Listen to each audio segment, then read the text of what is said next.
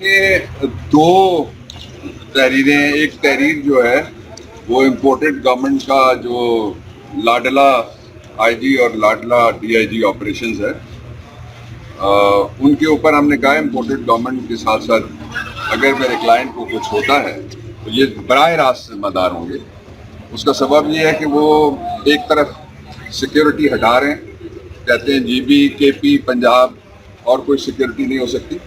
کل عمران خان بالکل سفید پوش تھے, ہم نہیں جانتے کون سے سفید پوش تھے, وہ ان کے نرغے میں وہ گئے ہیں عدالت میں اور ان کی پرسنل سیکیورٹی بھی باہر رکھی گئی ہے.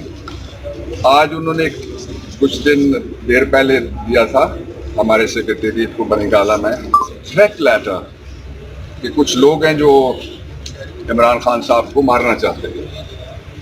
تو کون لوگ ہیں وہ؟ آج عدالت نے یہی پوچھا کون لوگ ہیں, یہ بتائیں گے نا, جو کہتے ہیں کہ مارنا چاہتے ہیں. آپ کو کوئی کہے تمہیں کوئی مارنا چاہتا ہے تو پہلا سوال یہ ہے تھریٹ لیٹر میں کچھ لکھا نہیں ہوا کہ, اور یہ جو تھریٹ لیٹر ہے وہ ہم نے یہ جو میری سبمیشنز کی ان کے ساتھ ہم نے رکھ دیا اس وقت کورٹ میں. نمبر 1.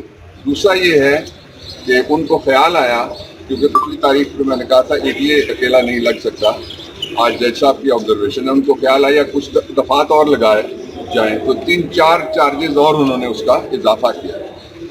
پھر جج صاحب نے کہا کہ ان کو پیش ہونا چاہیے. میں نے کہا وہ کون سا مے فیئر میں, یہ بنی گالا ہے, میں 12 بجے ان کو لے آتا ہوں.